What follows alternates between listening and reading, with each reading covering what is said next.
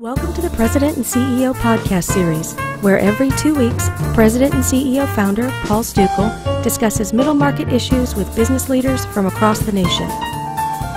In this edition, we speak with David Lonsdale, President and Managing Director of Allegiance Capital Corporation, specialists in middle market merger, acquisition, and financing.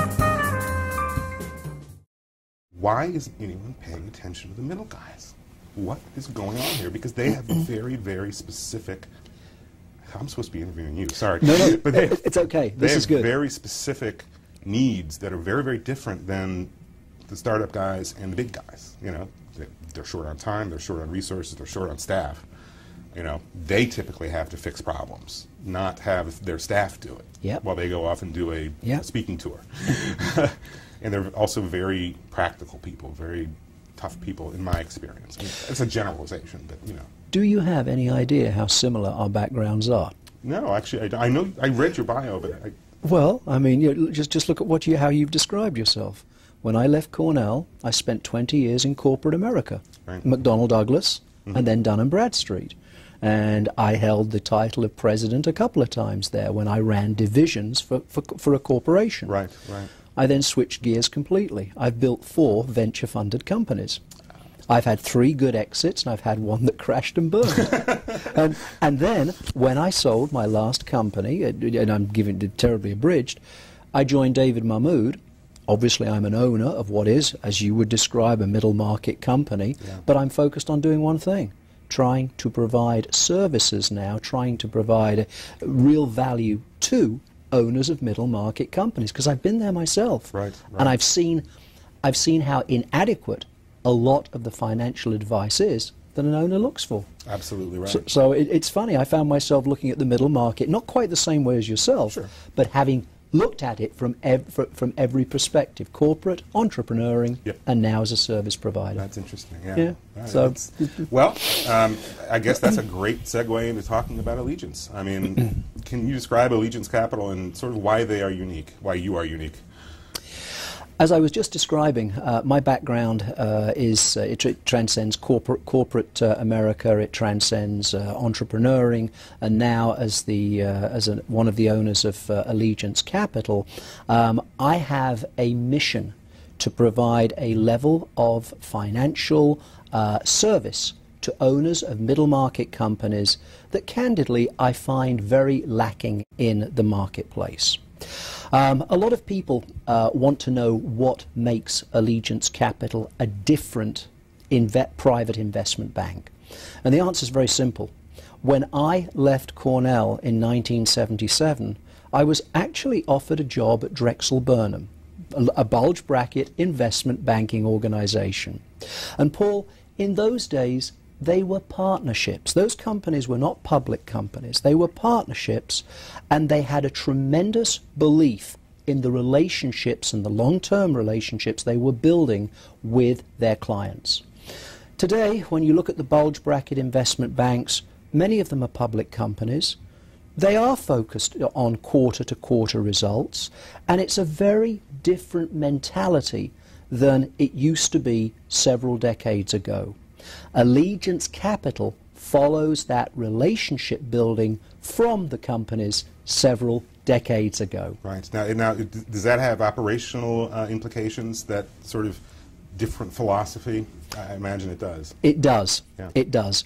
I've already described the fact that I have a background where I've sat in the seats of most of my clients for a good portion of my life. David Mahmood, my partner, and John Sloan, my partner, have all done the same thing, as have many of our bankers.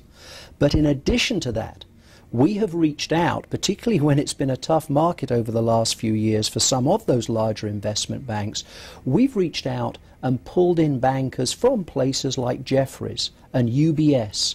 So Allegiance Capital now has a blended relationship, if you will, in the sense that we not only bring a personalized experience where we know what it means to make Friday's payroll, and we couple that with some of the best investment banking that we think exists. We often say we like to think of ourselves as bringing Wall Street to Main Street. Are there specific challenges that are unique to dealing with middle market companies in terms of investment banking? Yes, there are. First of all, if you think about it, owners of middle market companies, they are very busy people. They are not people who are continually up to speed on their financial alternatives or M&A markets. So as a private investment bank supporting those business owners, education is an absolutely critical part of what we play.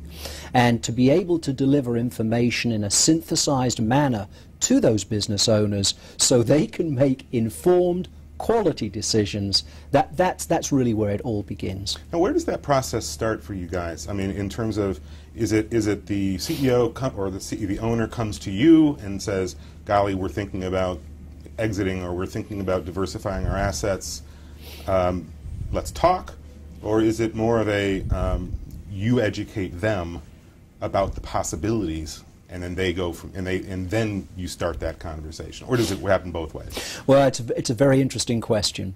If you went back 5 years when Allegiance Capital was a little bit smaller of a company, I would have told you that most of our interactions with our clients was because we had reached out to those clients. Today, we're seeing it as much more of a two-way street.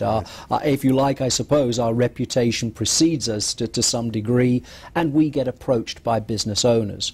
But I would absolutely say that it's not necessary for a business owner to be on the cusp or the brink of considering some transaction, whether they're wanting to sell, recapitalize, or acquire a company.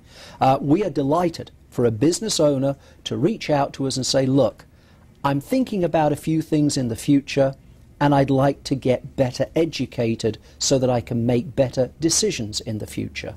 I am thrilled to take the time to do that. That's a big part of what we do. Now, I was going to ask you about pricing in the middle market, and this is obviously a largely general question, but size does matter sometimes in terms of value, as I'm sure you know. Does the middle market, there's a perception I have, and it's probably wrong, but I want to get it confirmed. There's a perception that I have that middle market companies, from a valuation perspective, don't quite get the same kind of premium as large companies do, or perhaps even smaller companies that are, in the high growth stage. Is that accurate, or does that have nothing to do with it? First of all, I will absolutely ascribe to the comment that size does matter. That there is no doubt that as you are dealing with larger companies, in terms of a multiple that might be paid on EBITDA, earnings before interest, taxes, depreciation and amortization, you are likely to get a higher multiple if you are working with a larger company. However, when you are working in the middle market, it's all about how you package the business. I mean, first of all, we're not just selling based on trailing 12 months EBITDA. The issue when we work with a client is, what does the future look like? What is the strategic plan? What are the growth opportunities? And then, as we look for that partner or acquirer, it's who is going to be really compelled by those future opportunities? Who is going to pay the premium based upon the fact that those opportunities exist? If you look across the middle market, there are different industries, there are different companies growing at different rates, so it's always very dangerous to sort of run a peanut butter approach to multiples. But overall, yes, I ascribe to the fact that a larger company will get a larger multiple. In terms of your, I guess, recent transactions, I mean, you do both buy and sell side, but it sounds like you do sell side most. Is that accurate? 80% of what we do is sell side, okay. 20% is buy side. Gotcha. Are middle market owners typically doing recaps? Are they doing 100% divestiture? Are they doing strategic partners? I mean, or is it really just kind of all across the board? I mean, is there any sort of trend or anything that you can discern from your experience? Yes. I think if you go back 10 years, you probably would look at most middle market business owners and they would have grown their business, they'd have worked with their bank, got senior debt when they needed it, and when it came time to exit the company, it was a fairly black and white picture. Gee, it's time to sell the company. Today, the world has become a lot more complex. Now, with all of the different debt instruments, with mezzanine debt that's available to business owners, often there is an opportunity to assist in generational transition planning without necessarily selling the company, but perhaps bringing in a certain level of debt to buy mum and dad out and provide the kids, the children, with their opportunity going forward. Private equity has brought a tremendous, and even private equity has grown dramatically over the last 15 years. They bring another big alternative to step in, become a partner, let their bankroll take the risk going forward, not just the business owners. So I think the real answer is today there is a broader degree of alternatives that business owners have, and this of course brings me back to education so they can make a good informed decision. Yeah, you know, it's very interesting. We're doing a story on the private equity groups for this coming issue, in large part as a response to the political sort of witch hunt against Bain, you know, yes, which of course. I found to be rather distasteful, I must say. But it is astonishing how specialized so many private equity groups have become. I mean, there are so many now. They're all seeking that niche, either in terms of the industry they're serving or in terms of the products they're offering. It's really astonishing how diverse it's gotten and how specialized it's gotten. I don't know. I think if you go back a few years when debt was a lot more available and the general economy was a lot more bullish and buoyant, I think a private equity group basically had to just find a decent company, a decent platform, leverage it, let it grow, and then, of course, you know, they reap the rewards a few years downstream. Right. It's not that simple anymore. Private equity groups have become a lot more specialized. They really need to understand the companies that they are starting to partner with. They become, in many cases, an advisor to that company. You know, they have their own views as to where strategy might go. And if you are not leveraging, and most private equity groups are not leveraging companies anything like they did a few years ago.